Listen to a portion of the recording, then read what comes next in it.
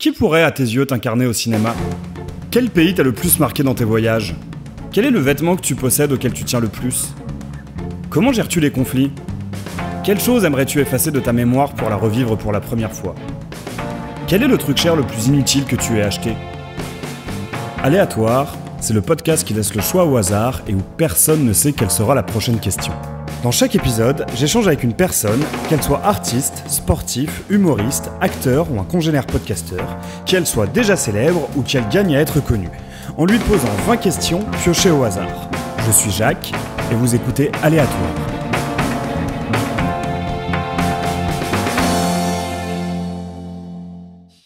Yes. Eh bien, bonjour à toutes et à tous, chers auditeurs et auditrices d'Aléatoire. Je suis très heureux de vous retrouver. Je suis très heureux de vous retrouver en compagnie d'une personne qui m'avait été recommandée par Charlotte Voxaxov, pour ceux et celles qui se souviennent. Je suis donc en compagnie d'Hildegarde. Salut. Salut. Très content que tu aies accepté mon invitation et que tu m'aies invité à te retrouver à Villejuif. Donc, Hildegarde, t'es avant tout musicien. Oui. Oui. Tu dirais ça aussi ? Oui et non. Ok. En fait, si, mais c'est-à-dire que ce que je fais est un peu un truc avec plein de facettes et souvent j'ai du mal à dissocier la musique du travail visuel, mais aussi des réflexions que j'ai. Tout est imbriqué. Mm-hmm. Après, pour faciliter, je préfère dire que je fais de la musique. Ouais. Mm-hmm. Ok. Alors, on en parlait avant de commencer à enregistrer. Tu m'as dit que ton premier projet était sorti donc en 2016. Oui. Et ça a commencé combien de temps avant Hildegarde ?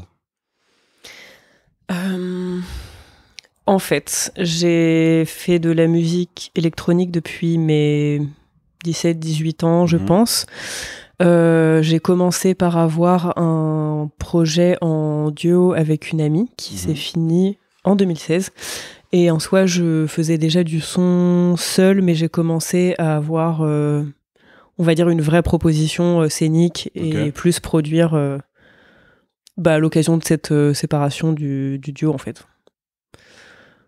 Ah non, c'était en 2007, c'était pas en 2016. En 2007 ? Non, 2017. Ah, 2017, d'accord. Je me disais... ok, et alors donc ouais, tu as dit que c'était donc électro, avec des côtés noise, indus. Qu'est-ce que tu mets dedans ? Je crois que sur mon site il y a écrit pop, XP, electronica. Je crois que l'electronica c'est ce qui résume le mieux ce que je fais. J'ai découvert ce genre via Björk, dont je suis très fan depuis que je suis enfant. Et après, il y a des trucs qui peuvent être plus pop, mais comme il y a des trucs qui peuvent être très noisy, quoi, ou carrément qui peuvent venir du field recording, puisque j'utilise aussi beaucoup de sons que j'enregistre. Alors, pour le coup, je suis pas sûr que On peut définir le field recording. Que tous les gens qui écoutent Aléatoire savent ce qu'est le field recording. Est-ce que tu peux nous expliquer ? Le field recording, ça consiste en enregistrer des sons, vraiment tout type de sons en fait, parce qu'on peut aussi bien enregistrer que le vent, que des gens en manif ou les sons d'une bouilloire, voilà. Et après, libre à nous d'en faire ce qu'on en souhaite. Il y a des personnes qui laissent ça pur et il y a des personnes qui, comme moi en fait, en font de la musique. Je pense que le premier truc que j'ai fait, c'était le son d'une bouilloire que j'ai trituré jusqu'à faire une espèce de texture mélodique. Ok, d'accord. Du coup, alors maintenant, il y a 3 projets qui sont disponibles. Oui. En plus de ça, beaucoup de morceaux sortis tout seul. Donc, j'espère que ça va bien se passer. Of the Shapes of Hurts and Humans et Inside. Oui. On est bien là chronologiquement. Du coup, alors j'espère que ça va bien se passer. C'est sorti quand ? C'est sorti début 2018. Donc oui, voilà, c'était ma première sortie. C'est un EP que j'ai composé et mixé en 3 mois, je pense, et complètement seul. Et je l'ai sorti seul aussi. C'était vraiment un projet que j'avais besoin d'expulser de ma personne. C'était assez violent et libérateur à la fois comme process. Et c'est à partir de là que j'ai commencé à faire beaucoup de scènes et à faire d'autres propositions. Parce qu'au-delà de ça, en fait, à la base, je suis performeur et plasticienne. Okay. Parce que j'ai fait les Beaux-Arts de Cergy. Et en fait, je suis rentrée en faisant de la peinture et du dessin. Et je suis sortie en faisant de la musique électronique et de la performance. Ok. Voilà. Et du coup... suite à la sortie de cette EP, on m'a à la fois proposé de faire de la scène pour faire des concerts, mais aussi des performances. Performances durant lesquelles je me présente à peu près de la même manière, et en général, j'ai un message politique et poétique. Ok. Voilà. Très bien. Donc ensuite vient Of the Shape of Hearts and Humans. Oui. Tu sors toute seule aussi, enfin tout seul, ou qui sort sur un label? Tout seul aussi? Ouais, ça aussi, ça dure 10 minutes, hein. C'est un petit EP de noise ambient mélodique. Et je l'ai fait en 3 semaines. C'est 3 semaines que j'ai passées en novembre de l'année dernière chez moi, sans sortir de chez moi. J'habite à la campagne et je vis seule. Donc c'était encore une fois un truc très introspectif et que j'ai sorti spontanément. Et ça m'a fait du bien parce que justement, du coup, ça m'amène à Inside, qui est un album, du coup, sur lequel j'ai commencé à travailler. Je pense qu'il y a des sons qui datent de 2019 ou 2018, et c'est sorti seulement cet été. Et voilà, ça c'est un album que j'ai sorti sur Du Cœur Records, qui est un label marseillais. Et j'ai mis super longtemps du coup à le sortir, mais je regrette pas du tout. Et voilà, en fait, ça m'a fait du bien de sortir quelque chose très spontanément, sans se soucier de tout ce qui doit se passer autour d'une sortie, en fait. Ok, d'accord. Et donc, comme tu le disais au tout début, c'est plus simple de te définir comme musicien, mais en fait il y a tout un univers visuel et tout un travail visuel et un travail de réflexion. Il y a donc notamment tout un univers visuel et sur ta propre personne qui est assez elfique. Qu'est-ce qui t'a donné l'envie ou qu'est-ce qui t'a poussé à joindre donc ce projet musical à cet univers visuel et à créer cet alter ego elfique? Alors à la base, je sais pas si j'avais forcément la dimension précisément elfique en tête, mais quelque chose qui sortait de l'humain en tout cas.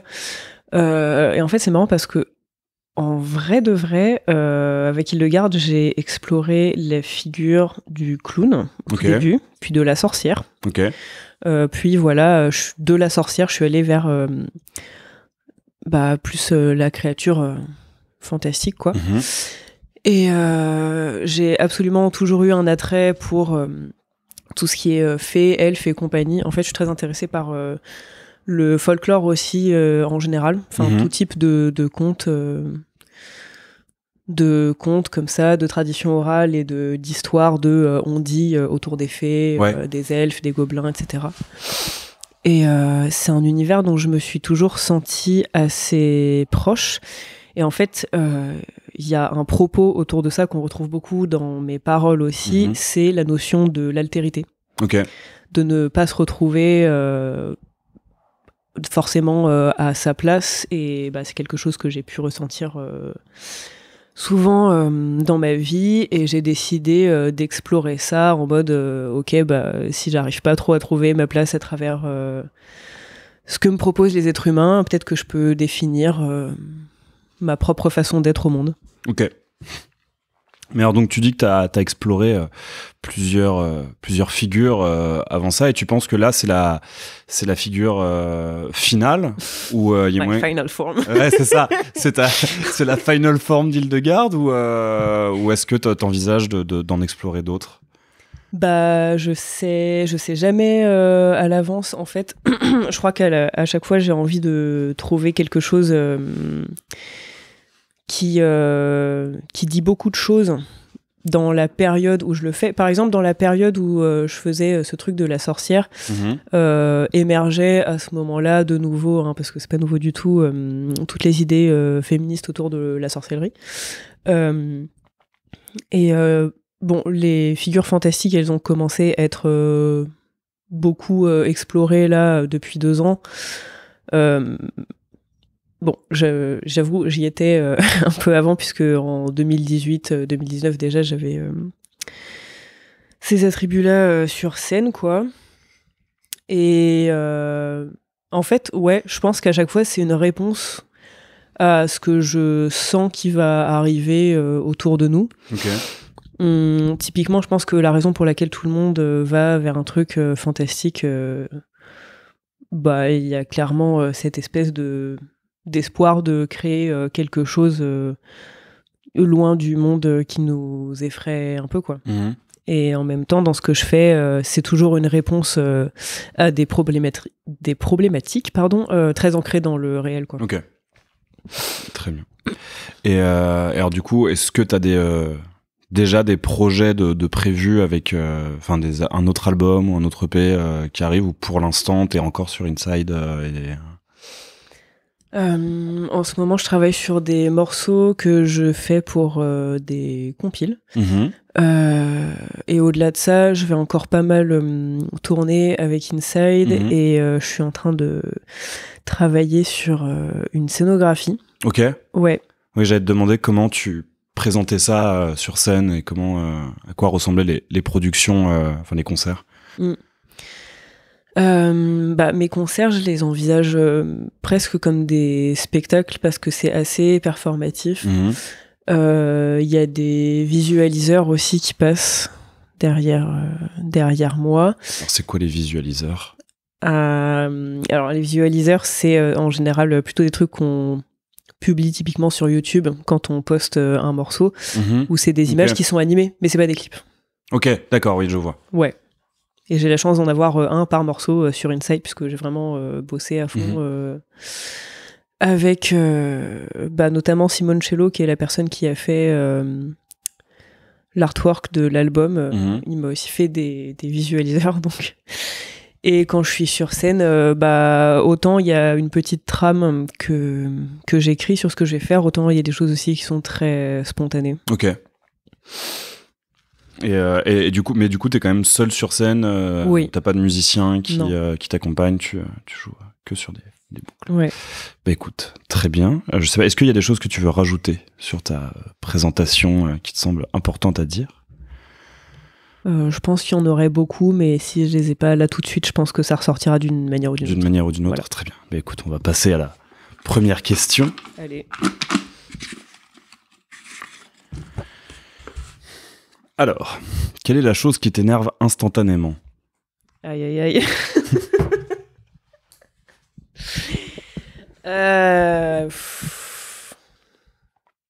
Je réfléchis un peu. Je pense qu'à chaque fois, je vais pas mal... Je prends toujours beaucoup mon temps quand on me pose des questions. Fais-le.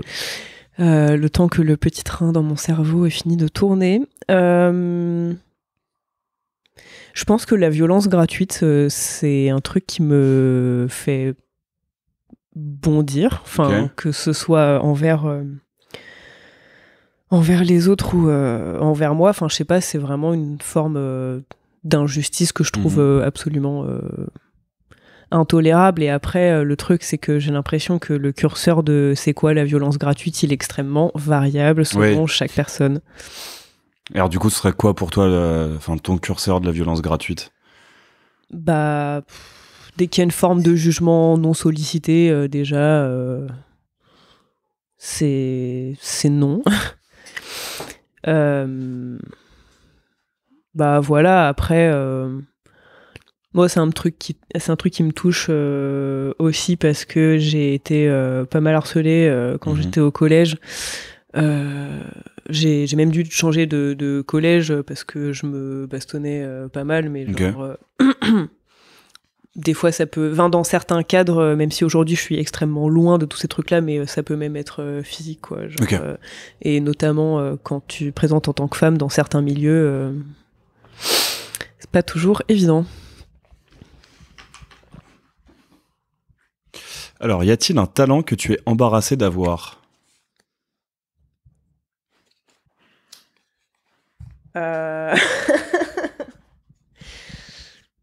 Ça dépend ce qu'on appelle talent. Oui, c'est vrai que le curseur de talent est aussi différent en fonction des gens. En fait, tout est relatif. Franchement, je crois que j'arrive pas vraiment à répondre. Je réfléchis un petit peu. Oh, peut-être que si. Je crois que je fais beaucoup rire les gens malgré moi. Ok. Des fois, ça peut être par des attitudes ou des mimiques ou genre... je me rends pas compte que mon rire est hyper drôle. Enfin, après, c'est pas... Les gens se moquent pas, hein, c'est juste... oui. Ils trouvent ça plutôt mignon, je pense. Ouais. C'est pas de la moquerie. D'accord. Genre, je me rends absolument pas compte, quoi.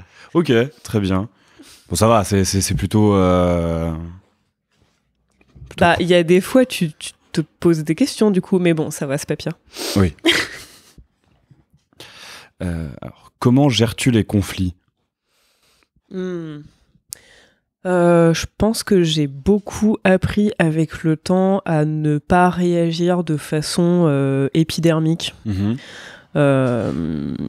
quand il y a un conflit.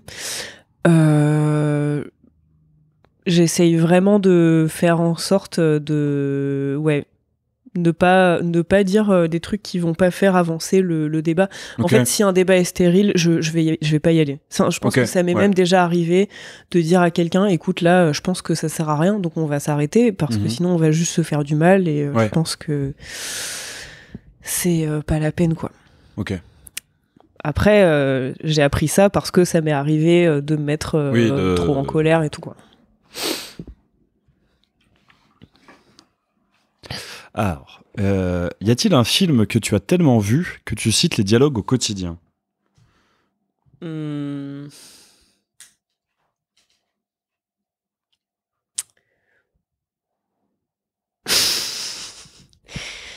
Franchement, je sais pas trop. Je pense que quand il y a des films dont on cite les dialogues au quotidien, c'est surtout que les autres nous les ont cités au quotidien. C'est pas faux. Voilà, genre... Des films ou des séries d'ailleurs, mais... Ouais, grave. Non, mais genre La Cité de la Peur, je pense que mes potes m'ont tellement rincé. Ou La Classe américaine aussi. Bien sûr. Des grands classiques. Voilà, je les ai vus 2 fois, je pense, mais je les connais par cœur. Ok. Alors du coup, ce serait quoi le film que t'as le plus vu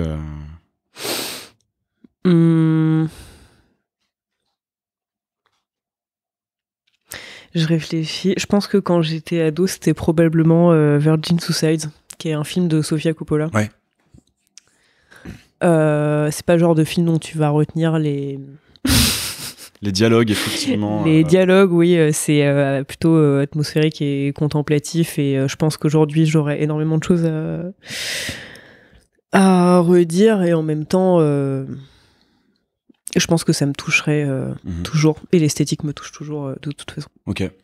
Et je profite qu'on parle de films et de vidéos, vu qu'avec Hildegarde, tu as donc comme on l'a déjà dit, un univers visuel qui est très très développé, très travaillé. T'as jamais eu l'envie ou l'idée de le développer aussi via la vidéo ou via des courts-métrages ou Bah, en fait, à chaque fois que je fais un clip, alors genre il y en a 2 de véritablement notables, on va dire, mais à chaque fois je travaille beaucoup dessus parce que justement c'est l'occasion de lier ce qui se passe dans ma tête quand je produis avec ce que les gens peuvent entendre. Donc ouais, il y a un clip qui s'appelle H4E qui est issu de J'espère que ça va bien se passer, que j'ai scénarisé, mis en scène et monté moi-même. En fait, j'aime beaucoup la vidéo, j'aime beaucoup en faire. Et il y a un autre clip qui est sorti il y a pas longtemps, qui s'appelle Moody Noon et qui est un clip issu d'une track qu'on peut retrouver dans Inside. Après, j'ai jamais songé à faire de court-métrage. Je pense que si je devais m'atteler à une œuvre un peu plus... dans une discipline différente ou un truc aussi conséquent, ça serait plutôt dans l'écriture, en fait. Ok. Ouais. Et j'ai d'autres clips en préparation, et à chaque fois, ce qu'il y a, c'est que mes idées, faut qu'elles collent à un budget, pour commencer. J'ai de la chance d'être hyper bien entourée et de pouvoir souvent emmener avec moi des gens qui sont chauds pour faire des trucs de bric et de broc ensemble. Et là, plus ça va, plus je peux développer les idées que j'ai. Voilà. J'ai l'impression que mes réponses aux questions, c'est un hydre à plusieurs têtes qui part dans tous les sens. Oui. C'est un peu le but. Cool. Quel est le plus beau compliment que l'on t'ait fait ? Un peu deep, mais je pense que c'est qu'on m'ait dit que j'étais belle quand je pleure. Ok.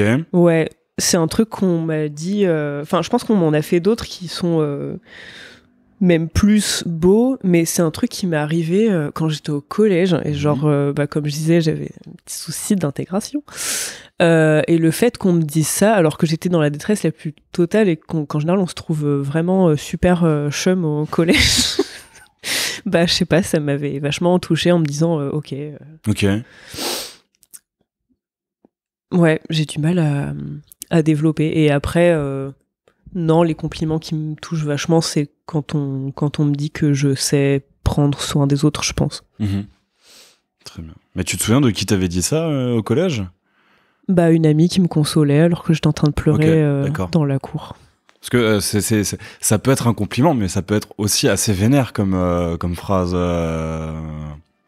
Non, mais on me l'a... Franchement, quand j'étais ado, je crois qu'on me l'a dit même 2 fois, et à chaque fois, c'était quelqu'un de bienveillant vers moi qui me consolait. Mais ouais. Alors, question aussi assez deep, celle-ci. Si tu pouvais parler à la personne que tu étais il y a 10 ans, que lui dirais-tu ?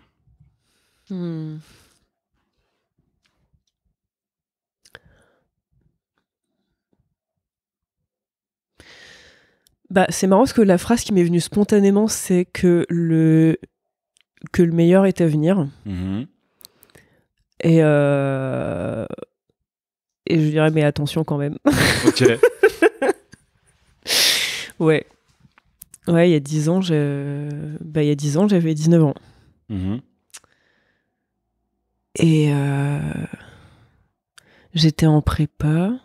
Mais moi, je trouve que, en tout cas, dans mon cas, plus ça va, mieux je me sens dans ma peau, et mieux je sais ce que je veux faire et où je me situe. Et à chaque fois, je sais que ça a été que des combats super durs pour en arriver là, mais ouais, c'est pour ça qu'il y a ce truc de le meilleur est à venir, mais genre bon courage. Ok, je vois. C'est bien. Est-ce que tu t'ennuies facilement ? Non, parce qu'il se passe beaucoup de choses dans ma tête. Non, ça s'arrête jamais. En fait, je pense que j'aimerais même m'ennuyer plus facilement. Ok. Ouais. Et puis tu te retrouves jamais à ne pas savoir quoi faire et à être posé chez toi, à n'avoir rien à faire. C'est-à-dire que je suis plutôt écartelée entre un tas d'envies, un tas de possibilités, et mon cerveau a du mal à choisir. Bon, j'ai un trouble de l'attention qui m'a été diagnostiqué il y a quelques temps, qui est assez vénère, donc j'imagine que ça fait partie du truc.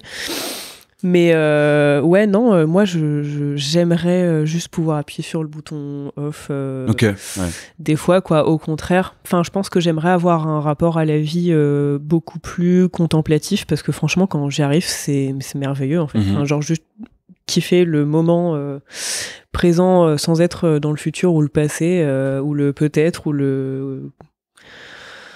Ouais, c'est vraiment quelque chose de trop trop bien et qu'on devrait même apprendre à faire, je pense. Ouais. Je vois. Mais alors du coup, comment t'accèdes à ces moments contemplatifs ? Bah, il y a des moments où je bug. Ok. Non, mais... Tu error 404. Ah ouais, grave.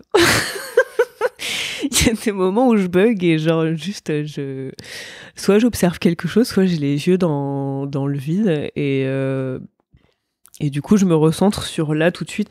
Après du coup j'ai essayé de bosser sur ces choses-là en faisant de la méditation quand j'écoute de la musique et que je fais rien d'autre aussi, ça peut m'arriver. Mais ouais.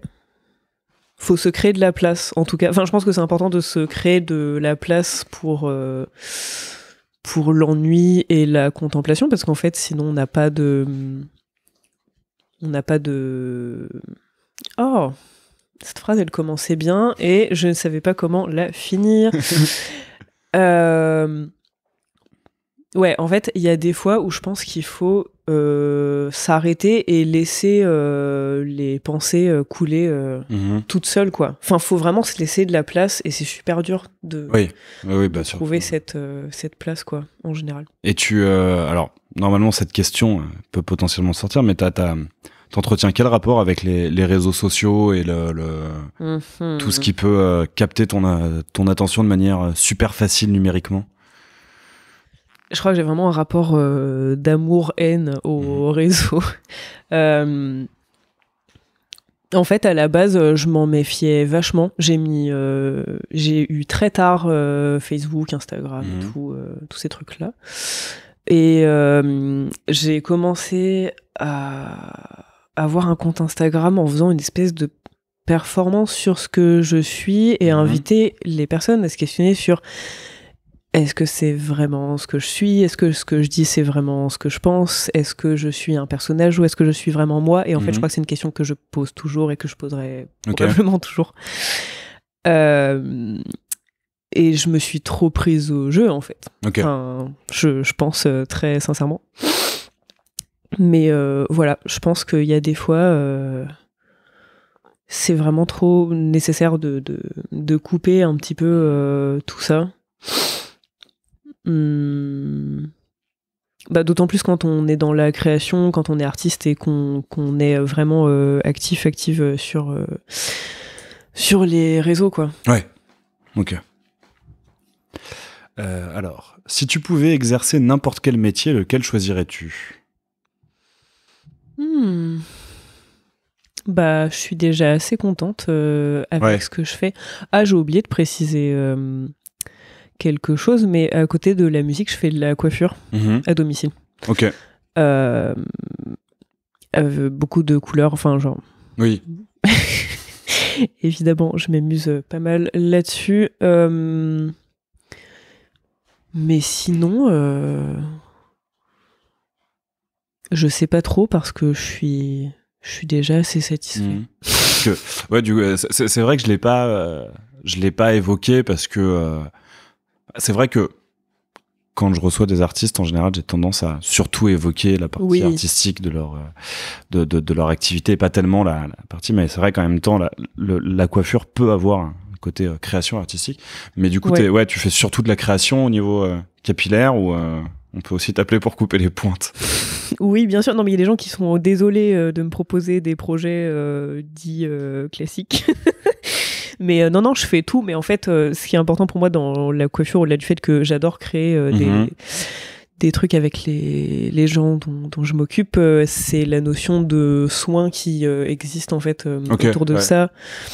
Même les discussions qu'on va avoir ou quoi. Enfin, j'ai l'impression que c'est important de créer un peu un moment quand ça se passe. Enfin voilà, c'est pour ça au final ça rejoint un peu ce que je fais en général. Ouais.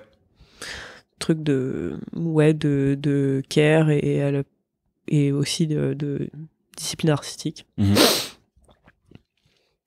Alors, y a-t-il une activité que tu as toujours voulu faire, et donc sous-entendu que tu n'as pas encore pu faire?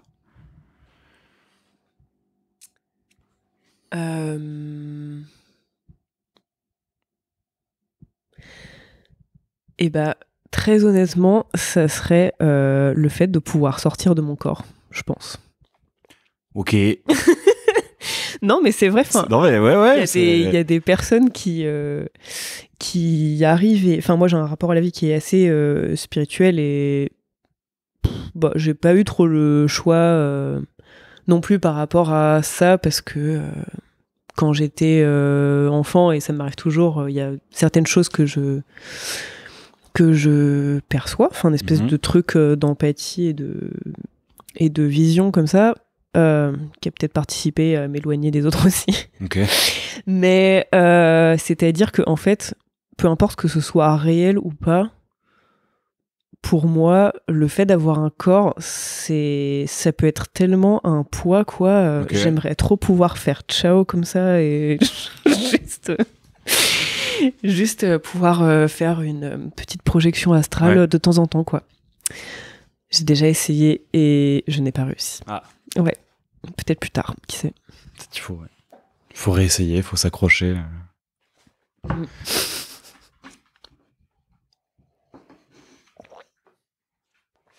Alors, quelle chose aimerais-tu effacer de ta mémoire pour la revivre pour la première fois ?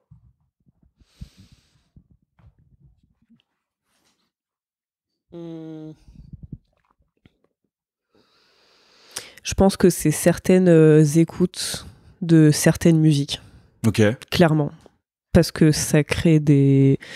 Enfin, en tout cas, pour moi, ça peut créer des sensations vraiment corporelles, quoi, à l'intérieur de moi ou dans... Bah, je sais pas, dans mon cerveau aussi, qui sont hyper intenses. Et plus tu écoutes ce morceau... moins cet effet va être fort. Enfin, il y a quand même des morceaux, je pense que j'ai pu les écouter pendant 2 ans et qui m'ont fait pleurer à chaque écoute, vraiment. Mais voilà, c'est jamais pareil que lors de la découverte du morceau. Ouais. Et t'aurais des titres ?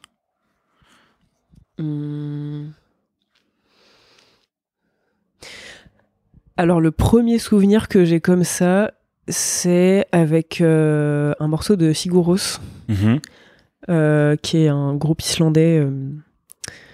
De post-rock ouais, post-rock, un peu ambient. Ouais. C'est pas facile à shoegaze, définir. Ouais, je pense qu'on peut définir ça comme ça. Mais ouais, la première fois que j'ai entendu la voix du chanteur Younsi, j'avais l'impression que c'était... comme si c'était un ange ou un alien qui me parlait directement dans mon casque, quoi. J'étais en 3e et c'était vraiment incroyable. Et la dernière fois que ça m'est arrivé, c'était un morceau de Giulio Aldinucci, qui est un compositeur de noise ambient. Ok. Où... quand j'ai écouté ce morceau qui s'appelle Aphasic Semiotics, j'ai eu l'impression qu'il y avait... ça fait encore référence à des anges. Mais comme s'il y avait des anges qui allaient m'arracher de la terre, quoi. Enfin, genre vraiment, c'était extrêmement intense. Voilà, 2 exemples extrêmement prégnants à plus de 10 ans d'écart. Ok, très bien. Et t'as déjà eu des morceaux ou des artistes où en les découvrant et les écoutant, tu t'es dit c'est exactement ce que je voulais faire, ça me fout le seum. Ouais. Ah ouais, grave. La plupart des artistes que j'admire le plus, je pense que quand j'étais au lycée, ça m'avait fait ça avec Crystal Castles. Ok. Après, ça me l'a fait avec Grimes à l'époque où elle faisait des productions assez expérimentales. Peut-être que ça me l'a fait avec Coco Rossi aussi. Ok. Je sais pas. Parce que, du coup, dans l'introduction, tu nous as dit que tu avais commencé à faire de la musique électronique vers 16-17 ans. Mais donc, tu as directement commencé en faisant de la musique électronique. T'avais pas fait de musique avant, genre d'un instrument Si, en fait, en soi, on peut dire que j'ai quasiment toujours fait de la musique. Okay. J'ai fait du piano quand j'étais enfant. Après, j'ai fait de la basse. Ok. J'ai eu un groupe de rock. C'est très bien. Au lycée. Ouais, non, mais c'est le truc de... Enfin, en fait, avec le recul, me dire que j'étais la fille dans une bande de garçons qui faisait de la basse dans un groupe de rock au lycée, tu vois. Il y a un petit côté déjà vu, effectivement. Mais... Ouais, c'est ça. Ouais, puis même en termes de, la place de, c'est la meuf qui fait la basse. Qui fait la basse, et qui chante en plus. Donc en plus, voilà. Ouais, et je faisais un peu de synthé aussi. Mais oui, j'ai commencé à chanter, quand j'avais 16-17 ans, je pense. Ok. Et en fait, à partir du moment où j'ai découvert la musique électronique, je me suis dit, waouh, mais en fait, je peux tout faire tout seul. Ok, d'accord. Et voilà. Pourquoi je m'emmerde avec ces 3 mecs alors que je peux tout faire? Exactement. Ok, très bien. Et alors, du coup, j'étais en train de piger la question, mais ouais. Tu nous as du coup dit aussi que tu avais commencé l'électronique avec un duo. Avec une autre personne, et c'est pas un truc qui te manque parfois, justement, les projets collaboratifs avec d'autres musiciens et musiciennes? Si. Si, en soi, je fais toujours un peu des collaborations. Dans mon dernier album Inside, il y a des collaborations. Et après, comme d'habitude avec les amis, on a plein de projets ensemble, mais des vies parallèles aussi. Oui. Ouais. Non, après, il y a d'autres choses qui vont sortir, mais j'aime beaucoup travailler en duo quand même. J'aime bien que ce soit ponctuel et un choix, en fait. Ok, ouais, je vois. En gros. Est-ce que tu as un objet porte-bonheur?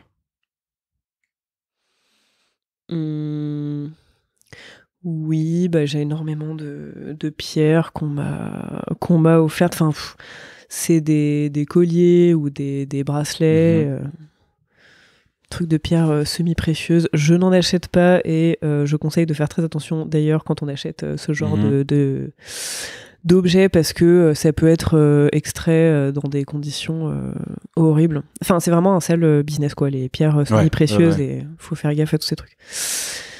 Mais... Pierres précieuses aussi. Ouais, après, je sais pas si les gens à qui on s'adresse vont acheter des pierres précieuses. C'est vrai que je suis pas sûr que les auditeurs et auditrices aléatoires représentent un gros marché pour le diamant, mais... Oui, c'est sûr. Non, mais après, je parlais aussi dans les... Comment dire ? Dans tous les objets qui peuvent être issus d'une culture un peu New Age, spirituelle, machin, qui en fait sont extrêmement bullshit et qui sont produites dans des conditions pas géniales, quoi. Enfin, carrément en exploitant des gens, en fait. Oui, ouais. Bref, du coup, je repense à la question d'objets porte-bonheur. Je crois que c'est des choses que je me fabrique moi-même en général. Ok. Ouais. Avant de monter sur scène, des fois, j'ai des espèces de petits... je dessine des espèces de petits talismans, enfin, comme des seaux que j'ai créés. J'utilise des huiles aussi. Enfin, voilà. D'accord, ouais. Mais c'est pas forcément des trucs qui te suivent depuis 15 ans. Objet, non. Ouais, ou si tu le perds, ce serait vraiment une catastrophe. Non. Non, ok, ouais. Non, pour le coup, je crois que j'étais vachement comme ça quand j'étais plus jeune, et plus ça va, plus je me suis détachée de trucs matériels, et j'essaye de créer moi-même mes trucs qui me mettent bien, parce que je sais pas si ça porte réellement chance, mais il faut déjà se mettre dans de bonnes conditions.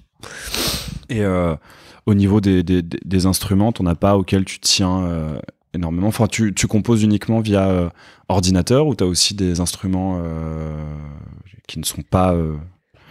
alors j'allais dire pas numériques, mais si, il y a des instruments numériques qui sont pas forcément liés à un ordinateur, mais c'est essentiellement de la MAO ou pas, ta façon de composer? Du coup, ouais, carrément. J'ai quand même une guimbarde et un ocarina que j'utilise un peu sur scène. Ok, d'accord. Mais je sais pas vraiment enfin, je sais pas vraiment en jouer. Oui et non, genre... j'ai pas vraiment appris, j'ai appris par moi-même, et je saurais pas faire un morceau d'ocarina ou de guimbarde. En fait, de toute façon, dans ma pratique du son en général, je suis plutôt à... Enfin, j'ai même plus l'impression d'être genre créateur de bruit que musicien. D'accord. Parce que je cherche à inventer des sons et des mélodies et trouver des textures, mais je crois que j'ai tout oublié du solfège. Je fais pas vraiment... je m'efforce de faire attention à certaines structures qui peuvent être efficaces ou quoi, mais à la base... ouais. Ok. Et sinon, non, du coup, j'ai pas vraiment de... Voilà, j'ai un clavier MIDI aussi. Oui. Ouais, t'as pas de synthé particulier auquel tu tiens. Non, pas du tout. Enfin, ce que j'aime le plus là-dedans, c'est les VST, les plugins que j'utilise. Enfin, c'est-à-dire que c'est une émulation de synthétiseur, par exemple. Alors, quel serait le voyage de tes rêves ? En dehors de mon corps, oui, d'accord. Oui. Je pense que ça serait l'Islande. Ok. En fait, quand j'étais enfant, je voulais carrément y habiter. Parce que je trouvais ça très beau et le fait qu'il y ait personne m'attirait aussi. Et je me rappelle que... Les paysages sont magnifiques et en plus t'es peinard. Exactement. Non mais c'est... Pour moi c'est un peu important, enfin j'aime les gens et j'aime ma tranquillité aussi, quoi, on va dire. Pour avoir de la place pour penser, comme je disais tout à l'heure. Et ouais, je me rappelle que quand j'étais enfant, j'avais dit ça à ma sœur et à ma mère et elles m'ont dit on viendra pas te voir parce qu'il fait trop froid. Ok. Voilà, on est plutôt d'origine méditerranéenne, donc... D'accord. Mais ouais, c'est un peu étonnant que j'y sois toujours pas allée, mais j'imagine que c'est comme si j'attendais qu'il se passe une situation idéale pour le faire. Ok. De toute façon, vaut mieux pas y aller sans voiture si on veut être libre, et ça fait pas longtemps que j'ai mon permis. Ça fait pas longtemps ou bien longtemps ? Ça fait pas longtemps, pardon, que j'ai mon permis. Enfin, je connais plein de gens qui sont allés sans, hein, mais l'idéal, c'est de louer une voiture pour faire le tour. Pour faire le tour et effectivement se balader un peu. Ouais, c'est ça. Mais en fait, que ce soit en termes de paysage ou le peu que je vois de l'extérieur de la culture qui peut exister là-bas, pour le moment, tout m'attire. Ok, ouais. Très bien. Est-ce qu'il y a une odeur qui te plaît particulièrement ?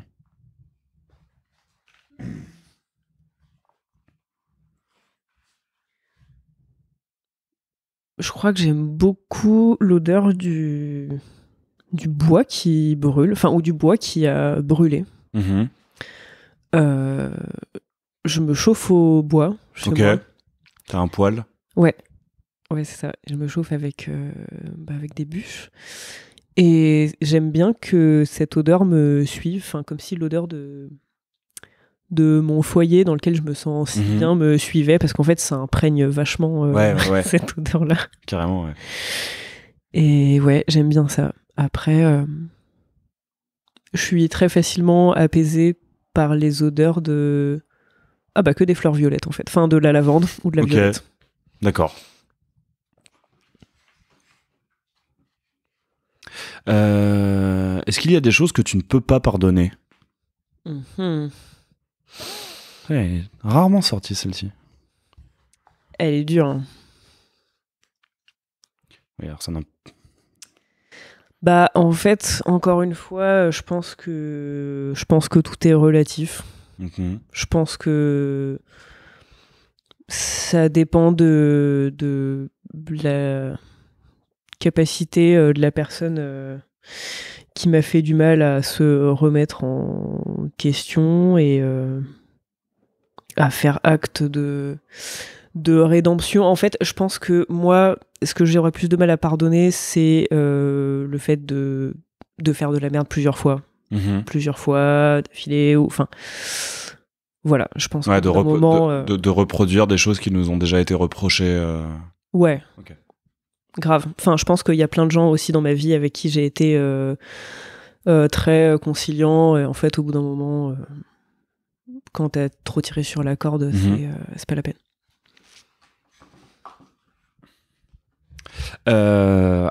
Si tu pouvais avoir le rôle principal d'un biopic, qui aimerais-tu incarner?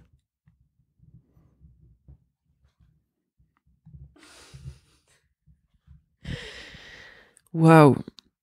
Elle est super dure cette question, je trouve. Elle est souvent sortie? Pas souvent, non. Ah ouais? Ouais. Il y a déjà eu quoi comme réponse? Il y a déjà quelqu'un qui m'a... Oui, je crois qu'on m'a déjà répondu Jane Birkin. Ah ouais? Quelqu'un qui aimait beaucoup Jane Birkin et qui m'a répondu Jane Birkin. Et non, sinon j'ai pas d'autres souvenirs de réponse. Ok. Et il y a une question qui a un peu son alter ego qui est qui verrais-tu t'incarner pour un biopic? Mais c'est vrai que celle-ci n'est pas souvent sortie. Ok. Bah franchement, je réfléchis. Bah peut-être Saint-Hildegarde en fait. Ok. Donc d'où tu tires. Donc, je tire mon nom d'artiste, ouais. Est-ce que tu peux nous présenter Saint-Hildegarde? Alors Saint-Hildegarde, aussi connu sous le nom de Hildegard von Bingen, c'était une nonne allemande du Xe siècle. Et en fait, elle a toujours été dans les ordres et elle a commencé à avoir des visions dès l'âge de 7 ans, il me semble. Elle a consigné toutes ses visions dans des écrits et elle a passé sa vie à faire ça. Mais en fait, elle, pour une figure féminine à l'époque, elle est vraiment assez incroyable parce que elle était beaucoup écoutée par les souverains de l'époque. Elle a énormément écrit, enfin c'était une personne de science aussi, elle a beaucoup étudié le corps, y compris le corps, ouais, attends, je bug. Des fois j'ai pas besoin de grand chose pour bugger. Profite de ton moment contemplatif. Ouais, là je suis plongée dans l'image que j'ai en face de moi, qui est... Laquelle des deux? Alors, c'est la petite peinture avec une arcade. Ouais, voilà, c'est ça. Je suis passée à travers à travers la porte que je vois. Non, je reprends sur la vie de Saint-Hildegarde. Oui, en fait, elle avait des valeurs assez féministes, en fait, en soi. Genre, elle a beaucoup étudié notamment les menstrues et les façons de soigner les symptômes autour de ça, alors qu'à l'époque, clairement, tout le monde s'en foutait, quoi.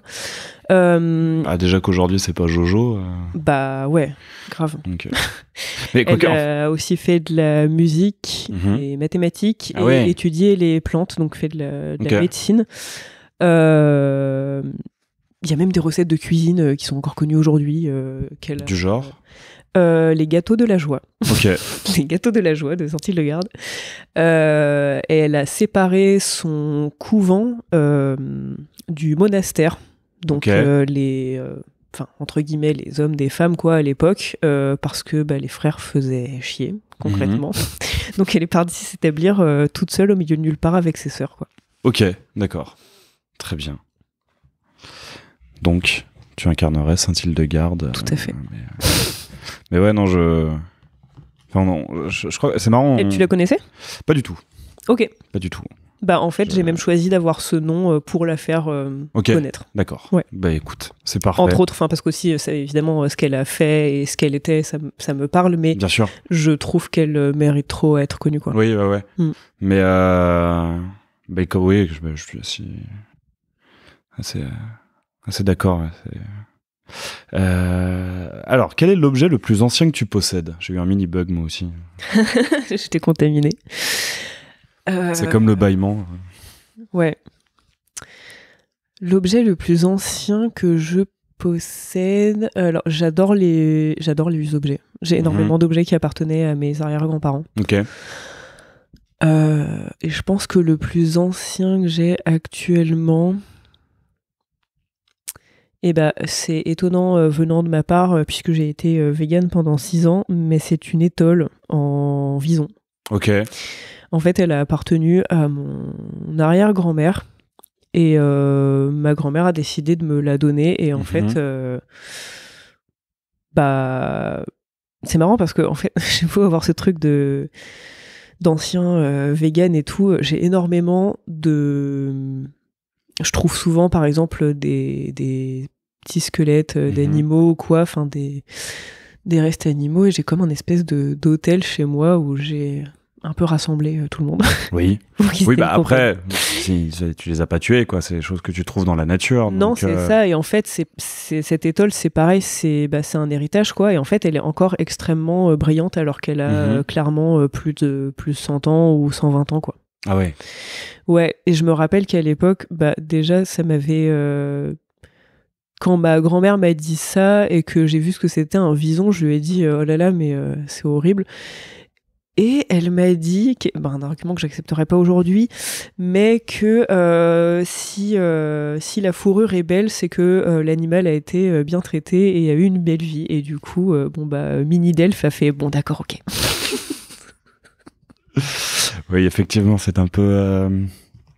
Du moins, pour les personnes véganes, c'est un peu. Bah non, mais c'est clair. Enfin, pour moi, ça a jamais été un vrai argument d'avoir une belle vie. En fait, oui. Moi, si j'ai une vie sympa, mais que demain je me fais assassiner gratos, c'est dommage aussi. Hein, voilà. Oui, ça fait pas plaisir pour autant. Ouais. Que fais-tu pour t'endormir ? J'ai des énormes troubles du sommeil, donc là, je peux faire une liste de trucs que je fais pour m'endormir. J'écoute beaucoup de bruit blanc. Ok. Ouais.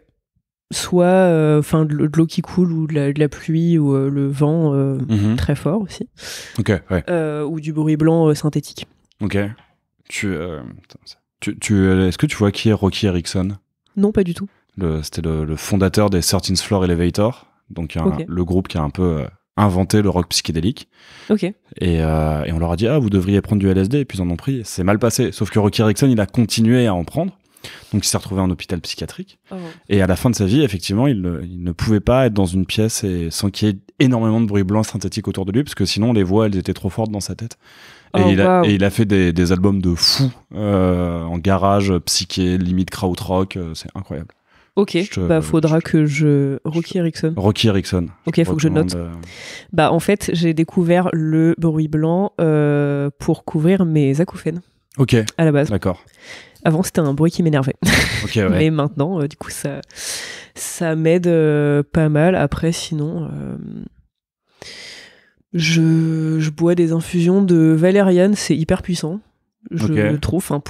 Je vois pas ce que c'est que la valériane. Alors, en fait, c'est les racines de la valériane, qui est une plante qui a des fleurs roses ou blanches en général, mais les racines de valériane sont extrêmement puissantes pour... c'est j'allais dire un dépressurisant, je sais plus comment on dit, mais bon, voilà. Et chez moi, j'ai aussi plein de petites lumières. En fait, j'adore les lumières comme les lumières pour les bébés. Ouais, ok. Les veilleuses... Ouais, ou des trucs qui tournent, ou qui font des petites étoiles, et qui changent de couleur et tout. Voilà, enfin j'ai un tas de petits rituels pour trouver le sommeil. Okay.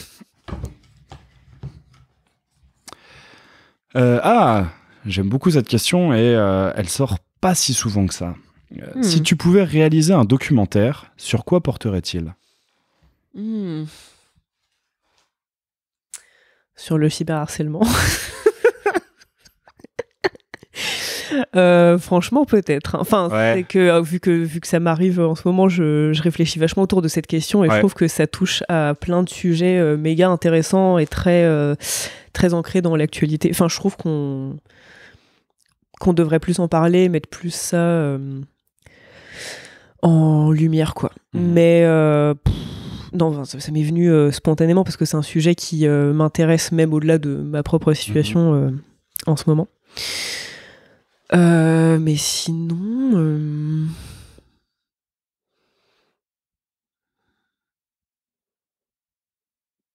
Bah là, comme ça, je sais pas trop. Il y a un tas de sujets qui passent dans ma tête, genre sur la sensibilité des êtres qui nous entourent et tout. Sur est-ce qu'on est dans une simulation ou pas? Enfin, il y aurait trop de trucs à faire. Ok. Peut-être tout à la fois, je ne sais pas. Est-ce qu'on est dans Matrix? Ouais. Alors, excuse-moi. Mais ouais, tu voudrais le... Toi, t'aurais une idée de comment tu l'axerais si tu faisais donc un documentaire sur le cyberharcèlement? Bah déjà en donnant la parole à des personnes concernées, parce que souvent j'ai l'impression que tant que ça nous arrive pas ou que ça n'arrive pas à nos proches, on se rend pas du tout compte de l'impact que ça a. Enfin, moi je connais plein de gens qui comprennent pas trop que ça m'ait mise mal ou que ça ait un tel impact sur mon travail, mais en fait c'est quelque chose qui est tellement envahissant que tu peux pas passer à côté. Et en fait je pense que ouais, les gens qui sont pas méga confrontés à internet et aux réseaux sociaux, ils se rendent pas du tout compte. Ouais. Et puis non, mais même il y a des gens qui m'ont dit aussi oh mais tu t'en fous de ces gens-là, genre. Oui, mais bon, si c'est... Évidemment, hein. Enfin, moi, à la base, même, c'est plutôt ce que j'ai fait, où j'ai dit à tout le monde ne lisez pas les commentaires sur les trucs sur moi, parce que ça va juste vous faire du mal et ça sert à rien, et qu'il faut pas donner de crédit, en fait, aux gens qui nous veulent du mal.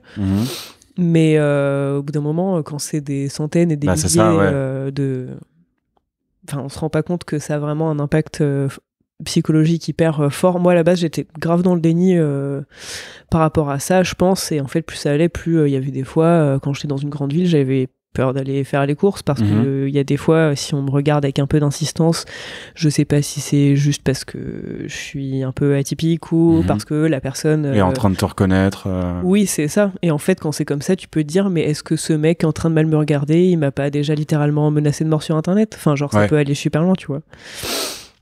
Mais au début, j'ai l'impression que c'était même plus mes proches, enfin, ou plutôt les gens bien informés des réseaux qui étaient plus touchés que moi. Et c'était trop triste. Enfin, je voulais pas qu'ils soient touchés à cause de ces gens-là, quoi. Bref, oui, donc j'interrogerai les personnes concernées en premier lieu, et je pense que de là, je ferai une toile un peu autour de ça. Ok, très bien. Si tu pouvais créer un croisement entre deux animaux pour en inventer un nouveau, que ferais-tu? Je pense que j'essaierai de trouver un truc qui allie un peu plus l'air et l'eau.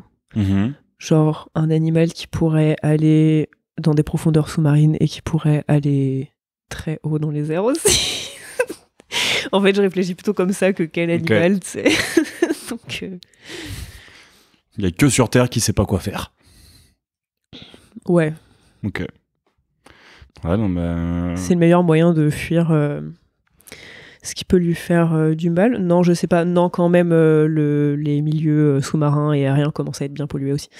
Mais du coup, ça serait une chimère avec des ailes et...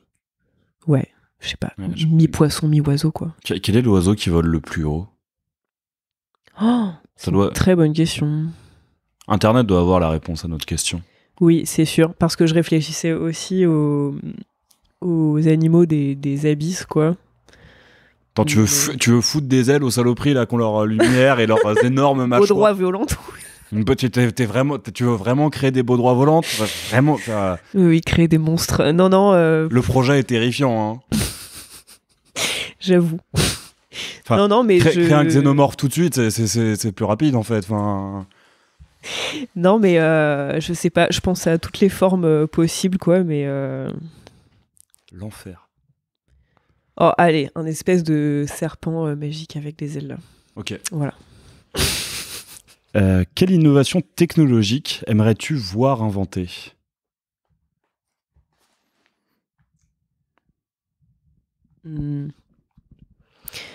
C'est une question hyper intéressante. Et j'ai l'impression qu'en général, les innovations, on les fait principalement selon son propre intérêt. Je sais pas, enfin, j'ai l'impression que c'est souvent comme ça que ça vient.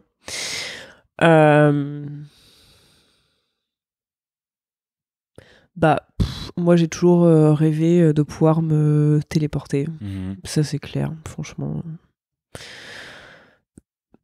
Ça serait cool de voir ça. Et en même temps, ce qu'on peut se dire, c'est que ça serait forcément une espèce de désagrégation de nos particules. Et ça ferait que, en fait, c'est comme si on mourrait et on renaîtrait à chaque fois. Enfin, je sais pas. Dans le sens où tu te désintègres, tu vois. Oui. Et après, bon, tu renais pas vraiment parce que tu reprends le cours de ta vie où t'en étais. Mais je sais pas. Enfin, en tout cas, philosophiquement, je trouve ça assez intéressant. Et sinon, je sais pas. Je pense que ça pourrait être intéressant aussi comme question. Quelles innovations technologiques t'aurais peur de voir arriver? Et alors, ce serait quoi? Je pense que ça serait un truc de genre de contrôle de la conscience ou enfin bon, ça existe déjà plus ou moins. Non, mais enfin une échelle où t'as carrément un truc implanté dans le cerveau, quoi. Et je sais pas trop ce que je penserais d'un truc qui rend immortel aussi, parce que j'ai l'impression que ça servirait forcément à des personnes qui ont tous les pouvoirs et bien sûr, ouais. Voilà. Enfin, à partir de là, en fait, moi à la base j'étais hyper intéressée par le transhumanisme, mais genre il y a hyper longtemps, et jusqu'à ce que je me rende compte de qui tirait les ficelles de tout ça, mais à la base je trouvais ça génial. Ouais, c'est clair, c'est assez effrayant. Mais je l'avais découvert avec un artiste qui s'appelle Neil Harbisson et qui est né... ça me dit quelque chose. En fait, il est né sans la faculté de voir les couleurs. Ok. Et il a travaillé avec des ingénieurs pour se créer une sorte d'antenne qui est reliée à son cerveau et qui va devant son front. Et de cette façon, il peut entendre les couleurs. Ok. Et le fait de pouvoir s'inventer un sens, ça, je trouve ça assez incroyable. Et d'ailleurs, cette personne, c'est le premier cyborg officiel, si on peut dire, parce que il a, sur sa photo de sa carte d'identité, il a le droit d'avoir son appareillage, ce qui est normalement formellement interdit. D'accord. Putain, je savais... Alors ça me surprend moyennement, mais je ne savais pas. Du coup, c'était il y a 15 ans, je pense. Ok. Ah oui. Ouais. Et alors, la dernière...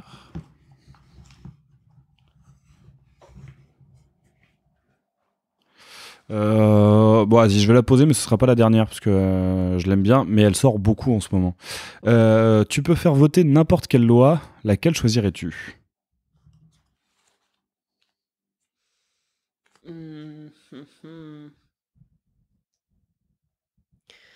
Je pense que je trouverais une loi qui fait en sorte que les gens sont moins frustrés dans la vie.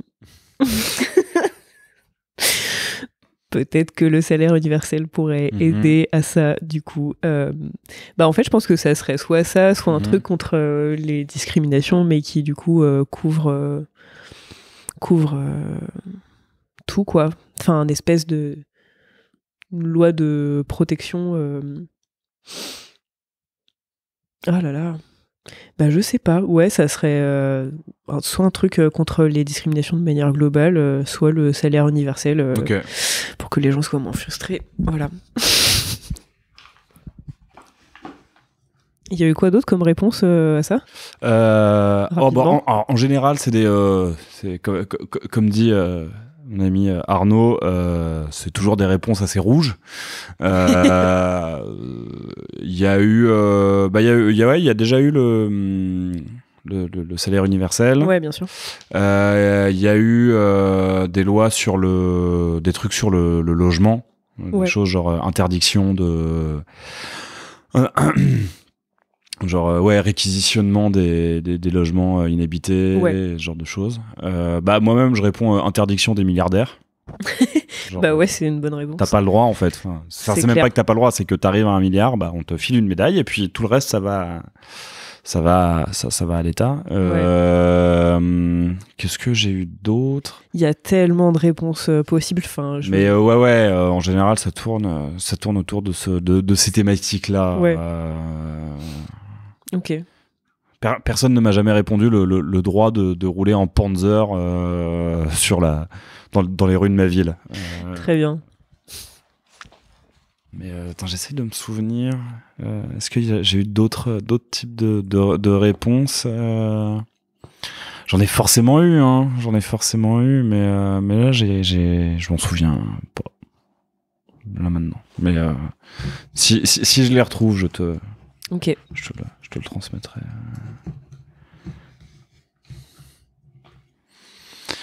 Allez. Quelle est la passion que tu vois souvent chez les gens, mais que tu ne comprends pas?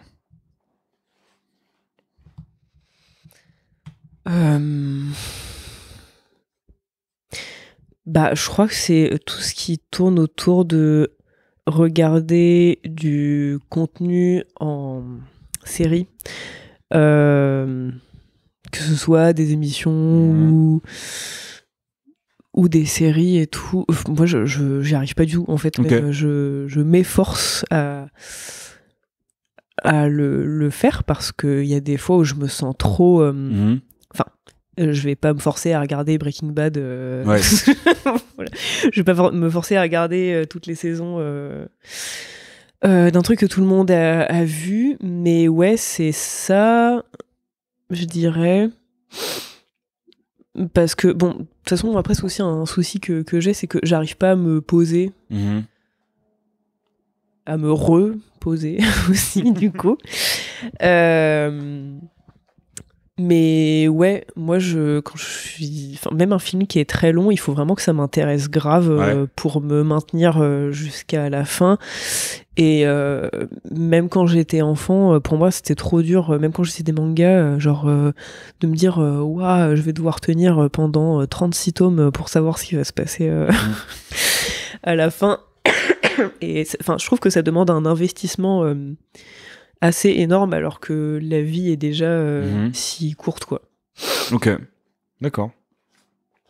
Bah écoute, très bien. C'était la dernière, donc, comme j'ai dit, même la dernière plus 1. Comme je t'ai dit, tu peux à ton tour piocher 3 questions si tu le souhaites. Alors, du coup, je le souhaite et je le fais. Ah, c'est un papier très épais, je m'y attendais pas. Ah. Je croyais que j'en avais 2, en fait, j'en ai qu'un. Non, du coup, c'est à moi de les lire, j'allais te la donner. Ok, c'est hyper drôle. Si tu pouvais garder jusqu'à 90 ans le corps ou l'esprit de tes 30 ans, que choisirais-tu ? Ah oui, j'ai répondu il y a pas longtemps dans l'épisode avec Jessie de Force FM. Non, bah, écoute, c'est le jeu. Parce que ta réponse, pour le coup, va différer. Mais moi, je pense stratégique. Enfin, c'est pas que je pense stratégique, c'est que je fais un pari sur l'avenir. Et donc, je dis, je choisis de garder le corps de mes 30 ans parce que c'est impossible que je conserve mon corps par voie de manière naturelle. C'est impossible que je conserve mon corps. Oui. L'esprit, il y a une chance. Ah bon ? Mais il y a moi, j'ai connu des gens de 90 ans qui étaient encore super ouverts d'esprit, super vifs. Ouais. C'est pas la norme et c'est pas les plus nombreux, mais ça arrive, c'est possible. Donc je ferai le pari de me dire, il y a aucun moyen que je conserve mon corps. Par contre, l'esprit, c'est possible, donc vas-y, je conserve le corps. Bah ouais, bah pour des raisons stratégiques, même réponse. Ouais. Après, ouais, moi c'est vraiment un truc qui me fait super peur de, entre guillemets, mal vieillir dans ma tête, quoi. Enfin, je pense que ça peut aller très très vite. Je pense qu'il faut être... Oui, ouais, faut être alerte. Bah ouais, grave. Enfin, il y a plein de gens... Ouais, je sais pas, il y a plein de gens où j'ai été un peu sad de voir le tournant qu'ils prenaient ou quoi, alors que je m'attendais pas du tout à ce qu'elles deviennent comme ça. Mais ouais, voilà pour la première question.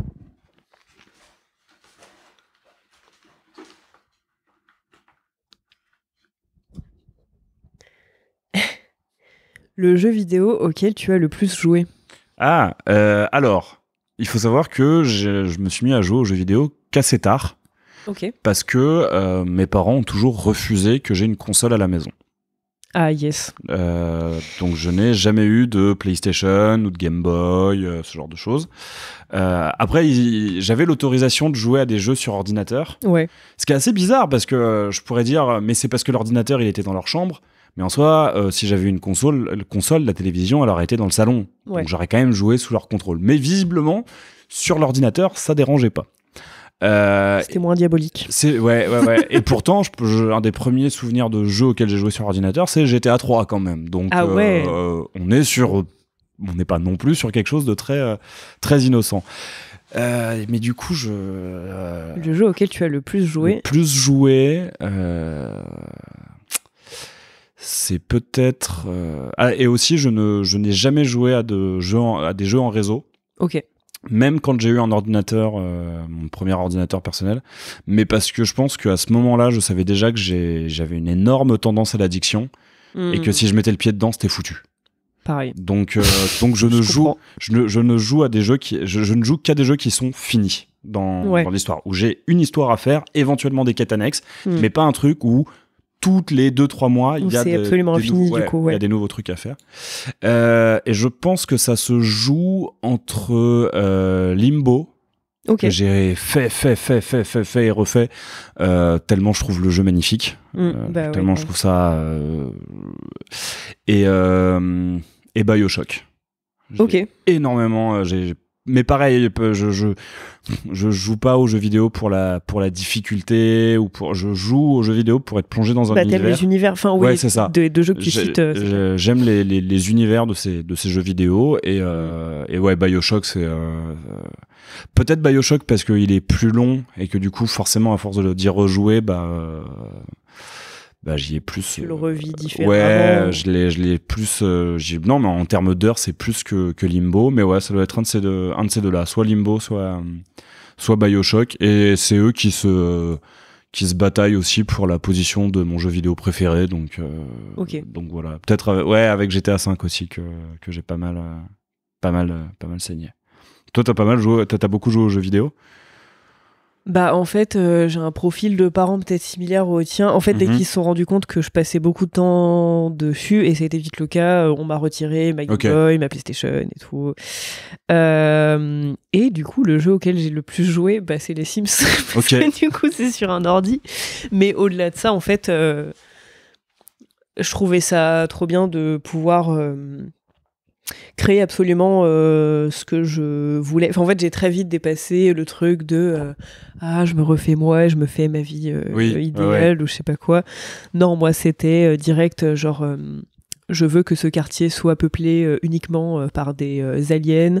Je veux créer un scénario qui se passe sur cette génération. Je veux faire un château volant avec un labyrinthe en dessous et une piscine. Enfin, toujours à repousser les limites du possible, quoi. Tu modais beaucoup? Oui. Ouais. Pour le coup, j'étais vraiment là-dedans et dans créer des choses qui seraient pas possibles sans le cheater. Ouais, ok. Et c'était les Sims 1 ou les Sims 2 ou 3? Je pense que les Sims auxquels j'ai plus joué, c'était les Sims 3, clairement. Et j'en ai jamais fait le deuil. Les Sims 4, j'y arrive pas. Moi, le dernier auquel j'ai joué, c'est le 2. Ah ouais? Où j'y ai pas mal joué aussi, mine de rien. Pour le coup, moi, ce qui m'éclatait, c'était vraiment de faire des maisons. Ouais. D'être genre chef décorateur et architecte. Ouais, c'est marrant, il y avait plein de gens qui faisaient même pas vivre... Ah ouais, non, moi, c'est fou. C'est fou comme mes Sims devaient vivre une semaine en tout sur les heures de jeu que je passais parce que je mettais tout le temps en pause pour faire toujours les maisons les plus ouf avec la salle de musique, la salle de jeux vidéo et puis ces étages et le dance floor et tout. Enfin voilà. Ouais, non, c'était plus mon. Ouais, on faisait une salle pour chaque activité. C'est ça, ouais, c'est ça. Très loin de notre réalité. Ouais. Et il du en coup, reste une dernière. Yes.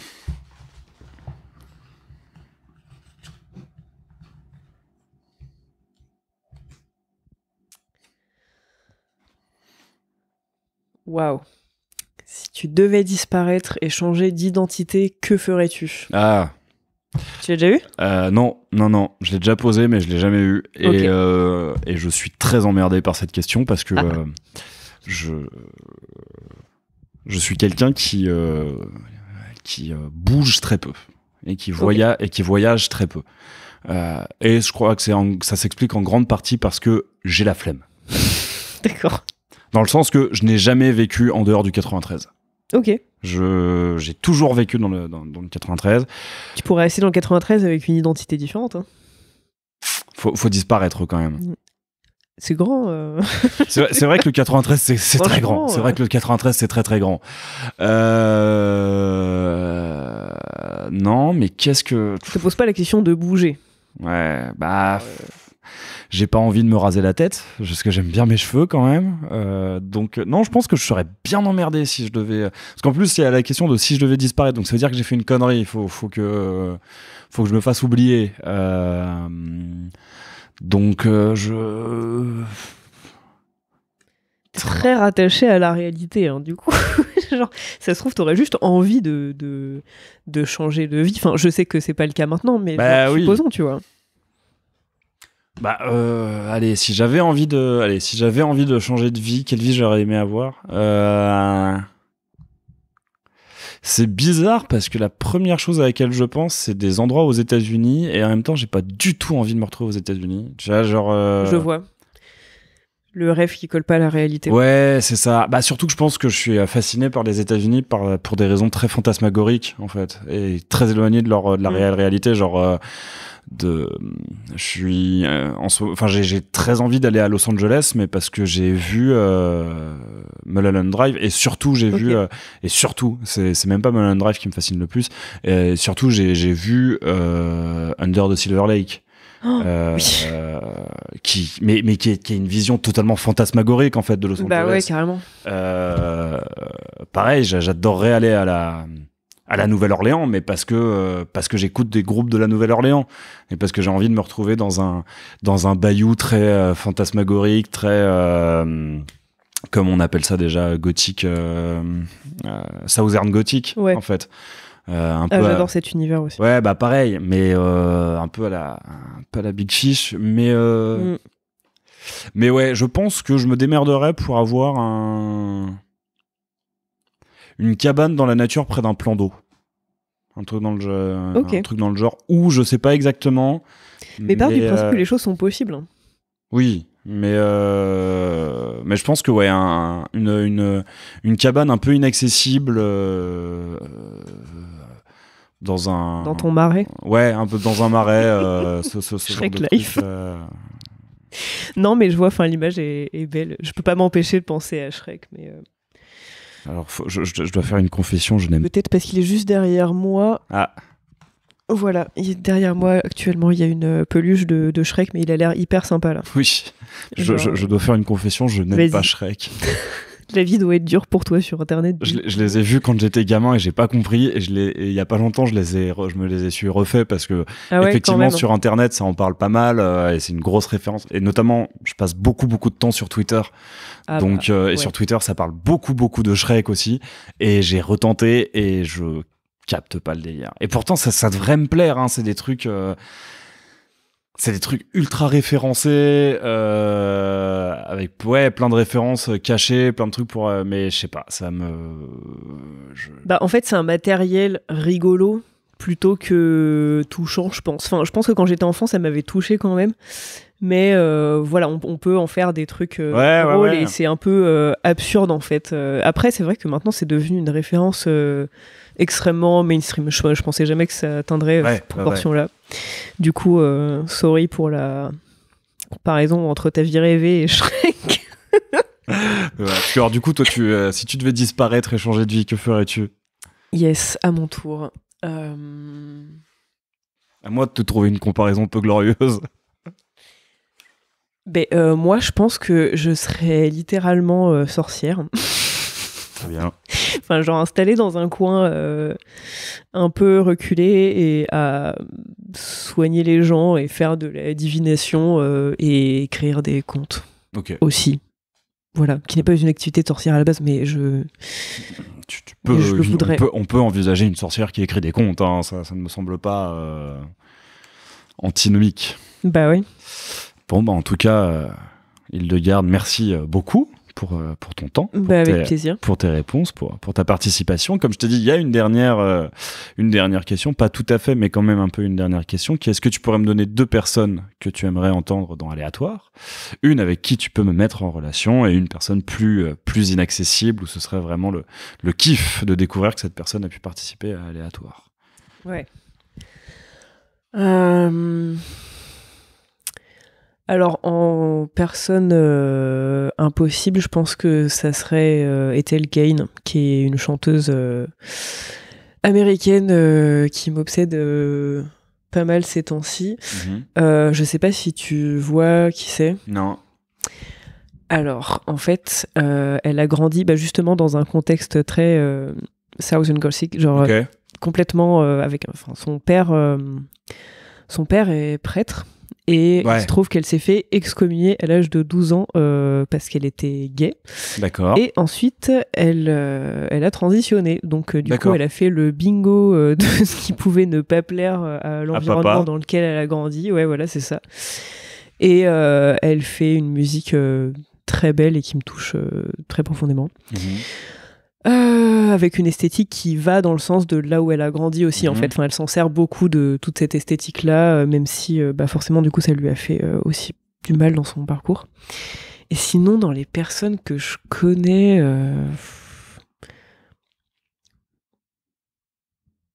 franchement, peut-être la personne chez qui on est actuellement. Enfin, non, en fait, je pense à plein de personnes, et en même temps, comme je suis du coup chez Frère Viviane, qui est DJ, mais aussi dans la curation de soirées, notamment pour la soirée Kindergarten, pour laquelle j'ai beaucoup performé en fait il y a un moment. Il bosse aussi pour le festival Satcho, qui est un festival qui a lieu dans le Limousin et qui mêle un peu culture électronique et folklore, musique traditionnelle et tout. Ok, très bien. Voilà. Allez, partons là-dessus. Mais il y a plein d'autres personnes à qui je pense.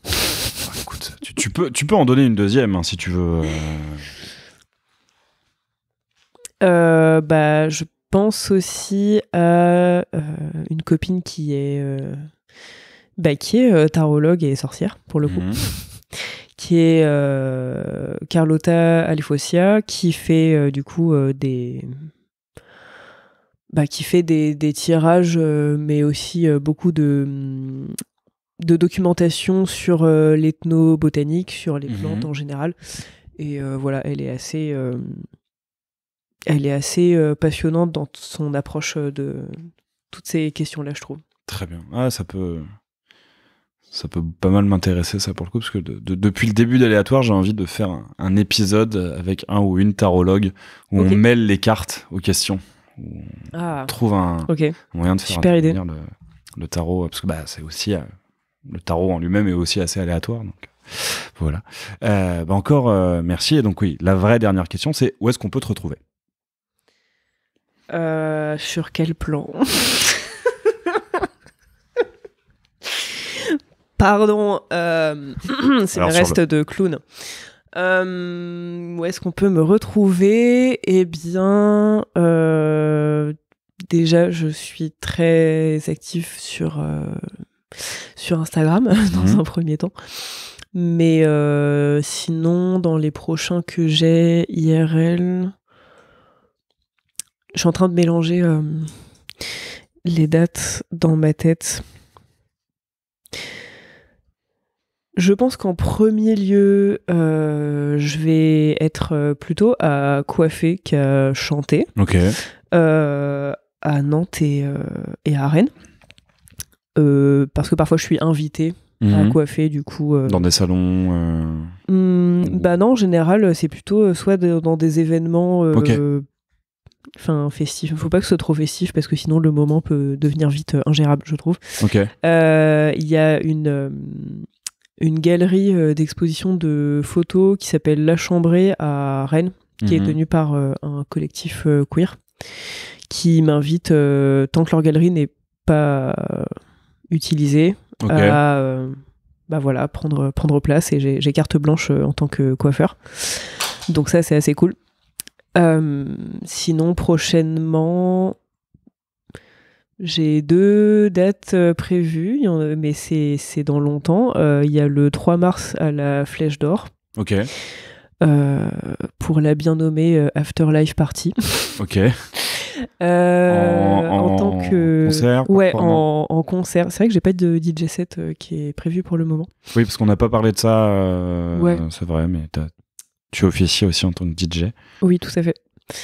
Voilà, et après il y aura à Rennes pour le festival L'Œil d'Oudac le 13 mai. Bon voilà, tout ça est un peu lointain. Très bien.